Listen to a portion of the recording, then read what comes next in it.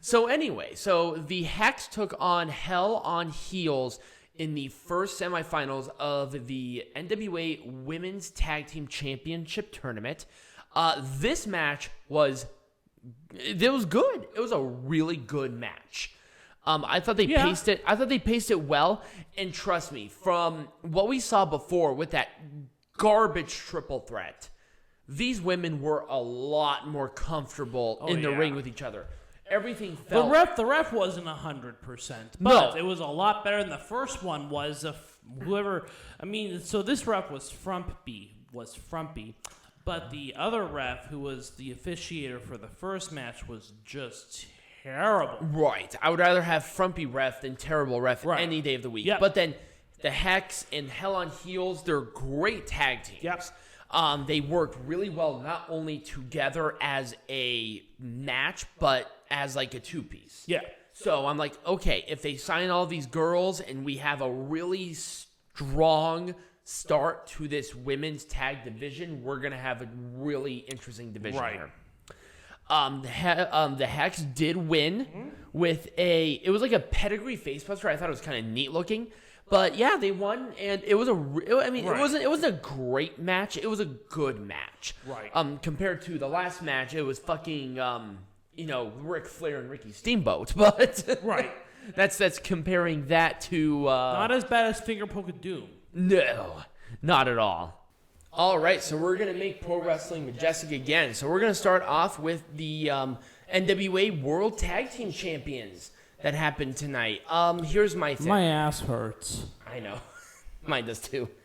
I did like this change, but I really wanted to see a Kratos Stevens breakup. That's what I would have done. Because then you give these two... right, but I think that will play out on Power. So... don't worry about it. But the problem is that you're on this big stage and you have all these people. You can get up and take a stretch if you want. I adjusted. I think maybe you should adjust. Ow. Oh, God, my ass hurts so bad. Mine does too. With this one, honestly, I wouldn't have done a damn thing different. It was a good brawl in match. the Lou, absolutely nothing. Also, once again... especially with what we talked about with this match, you had Crimson, who lost the match, in a rivalry with Jax Dane. Exactly. That's going to be sweet. Tom Latimer was strictly business, so he's going to be fine. And with Tim Storm, he's kind of winding down his career, but he still did a great job. Yeah. And I think it was a really good feel-good moment, especially for Tim Storm, who... tried his best with the NWA, especially in a dark period, being the world champion at that time. Exactly. A really good send-off for him. I don't know if he's retired or not, by the way. Chris Adonis, James Storm. Here's... I'm not sure what I would do. Here's... I don't think I really could have done anything different. I wouldn't change a thing. Exactly. It was fine. For what it was fine. Well, now, could they have done a clean match? Yes, they could have. They should have. No. Here's my thing. The match itself, once again, was fine up until the finish. Then the finish was awesome because that kind of like weird sloppy pin whatever thing, it forwards a rivalry. Right. James Storm is clearly not in the picture of the NWA World Heavyweight Champion right now. And I don't want James Storm to be sitting on the shelf, so him and Adonis continuing some sort of rivalry is a good thing. It's fine, right. But also, James Storm is not only with Adonis, but Adonis is with Strictly Business. He can go into a rivalry with Tom Latimer, as Adonis has to defend the title now against Jusias. Right. So, there's a lot of different things with this, especially with this, like, crazy pin. Yeah. That's something that can happen more. Right, something that can be done in the future. Right. So, once again, an open chapter that you got to finish, and I don't mind that. Once again, thinking 5 steps ahead. I wouldn't have done a damn thing different. Not a single thing different. Nope. I probably would have given the match a little more time. Yep, that's the only thing. maybe a little more drama.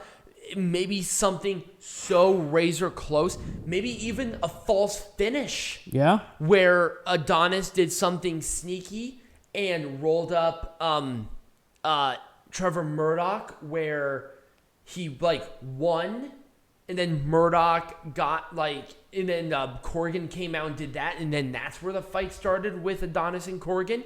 That would have been cool. Mm-hmm. There would have been a lot of better ways to do the ending than they did, but you know what? The right person won. Yes, 100%. And now Aldis is going to do something that I think it said Adonis. Nick Aldis. Mickie James and Kylie Ray. I wouldn't have done the match. Yeah. I feel like this match was totally useless. It was useless. You could have ignored it. I ignored it. And I felt fine. I should have ignored it, but I'm sorry. I don't like it when things are stupid, especially when it comes to a big pay-per-view. No. It doesn't make sense. Mickie James, if they were going to do this match, this should have happened on Empowerrr. There was no reason for this at all. None. But the only thing that really saved this was the Deonna Purrazzo attack. Oh, yes. That is legitimately it. But, hindsight's 20/20. Mickie James maybe should have chosen a different opponent. A couple of other matches that should have happened that could have been better that I just didn't have pictures for. The 6-man tag, I would have totally put on something different, not this. Yeah, the 6-man tag was full of shit. It was full of shit. It was total garbage. I would have put that on this pay-per-view. I would have taken that time and separated it out into some better matches. Yep. Maybe that world title match could have been a 30-minute, awesome match. A 30-minute classic. Right. Time limit draw, 5 more minutes. Are you kidding me? Everybody in that building would have lost their damn minds. Right. That would have been sweet. Yeah. So, would have done something totally different than that. The Ric Flair segment, maybe drawn a little too much, but, it's Ric Flair. It's Ric Flair. I liked some of the little stories that they had. A lot of people really liked it, so great. The Kamille Chelsea Green match. I would have done a different contender, especially where they were. But Kamille winning was totally fine. It was fine. It was a right call overall. Yep. Let's go to Empowerrr. Let's talk about the Women's Invitational Cup. I'm going to be totally honest. I'm putting my foot down on it. Tootie Lynn should have won. If you were going to want to build a star, especially where they were, even if she lost her women's title match, it would have been a much better story than Chelsea Green winning, who's already established.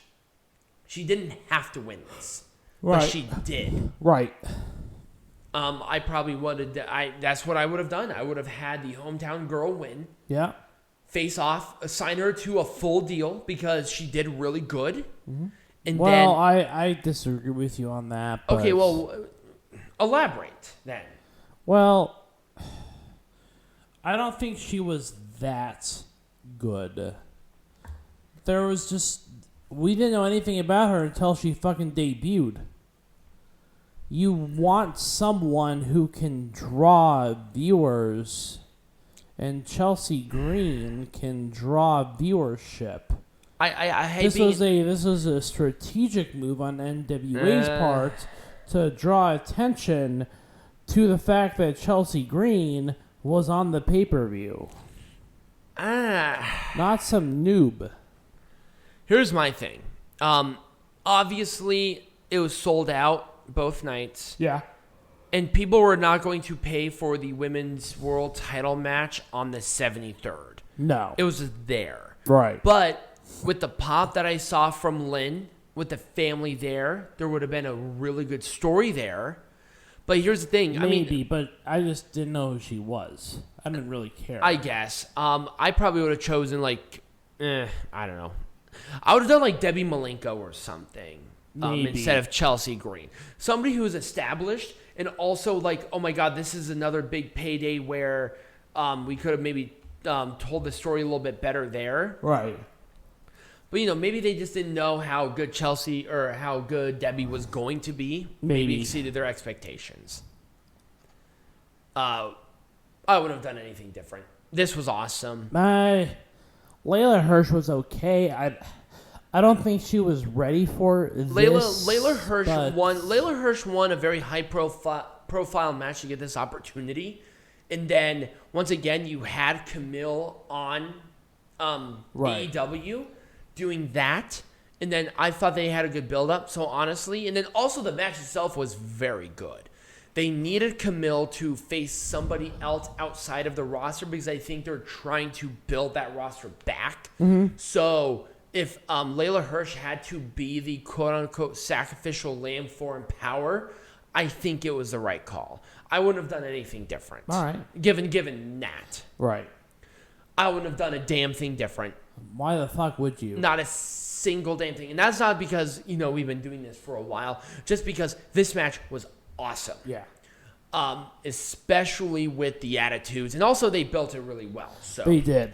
Especially on Impact. I love the attitudes. That made this match more than anything. Absolutely. Oh, women's tag. I would have done anything different. I thought they had a really nice mix of different teams. Yep. They had a really good pacing of everything involved in this. And I thought the right girls won. It really establishes a good precedent for the titles going forward. Especially for the NWA women's roster. It was NWA women who won. Right. And I'm excited to see where this goes. And at the end of the day, especially with an introduction with a new belt, that's what you want. Right. You want that excitement. We already talked about it. I wouldn't have done anything different regarding any of these. No. I know you don't want to talk about it, but the triple threat match. It has to be on the card somewhere. What would you have done? Fuck this shit. Well, number one, this Diamanté was the one that really made this horrible. I'm sorry. It was her and the ref. The ref was not good. I would have chosen a different ref. Yeah. And I would have done maybe a little gimmick here where Diamanté made an attack from behind and had a surprise. Right. Or maybe take somebody out of... Because who cares about Diamanté? Right. Or take somebody out of the Women's Invitational Cup. Or maybe bring in somebody else from AEW. How about Thunder Rosa? Right. Have Thunder Rosa face these girls. That would have been a good match. Anybody else but Diamanté. Diamanté was out of place. She was sloppy. Yeah. She's never been good. I would have rather had Ivelisse. Right. Ivelisse isn't even on the roster. I would rather had her. Yeah. Or maybe Kiera Hogan in this. She would have been fine. Kiera Hogan was great during the show. But I mean, Kylie Ray, she's okay, but she cannot carry the match. No. I felt like that Kylie Ray was being asked to carry this match, and it was just not good. Right. And Chik Tormenta, the problem is with Chik Tormenta is that this is a totally new style. Chik Tormenta was fine, but once again, it's a totally different style than what it is here in America. So she was not leading. Kylie Ray was leading. Right. I'm not sure if it's just because she's on and off, but it was just not her position. It just wasn't. Bring in somebody else for this instead of Diamanté. You have a ton of women that would have been perfect for this role. Right. Rihu would have been great for this. That would have been a really fun little match. I forgot about that. Nyla Rose would have been a great spot for this. Oh, yeah. I think Nyla Rose has that snap and intensity that would have really incorporated, because that's really what was missing here. It felt too careful. Yeah. Somebody a little more confident. Emi Sakura, an established veteran. That would have been a really nice integration there. Or how about a Stardom girl? Hmm? That would have been really nice. Yeah. Especially because Bushiroad, who owns NJPW, owns Stardom. And Stardom will have exhibition matches at the next show, which will be next week on our show, by the way. And speak of the devil, I think maybe we should talk about that. I think we should. So next week, what are we, because we're pretty much at the end here of our show, what are we going to discuss? Well, of course, we got wrestling. Of course, we got heckling, but... With 3 pay-per-views? Well, it's 2. It's 3. One of them is just a 2-night show. I don't consider that. Oh my God. 3 pay-per-views. It's 3 pay-per-views. The 3 shows are 3 pay-per-views. They're not, but we'll do a shorter heckling and a shorter wrestling. Right. But I'd consider the NJPW show to be just one show. Right, depending on how many matches and how long they're going to be. Anyway, we have both nights of Wrestle Grand Slam. We got a Grand Slam. We got AEW. It's just going to be a tremendous. It's going to be a great week, especially with following this. It's like, how are you going to compete with that? So I'm really excited. So if you did enjoy the video, remember to like this video, subscribe to the channel wherever you're listening this on, either on YouTube, Stitcher, podcasts, anywhere you're watching it. Go ahead and do that. Share it with your friends and become a patron where you can get cool exclusive stuff. And we're going to be releasing merch here soon, hopefully at some point in time until I can get to it. But as always, be majestic.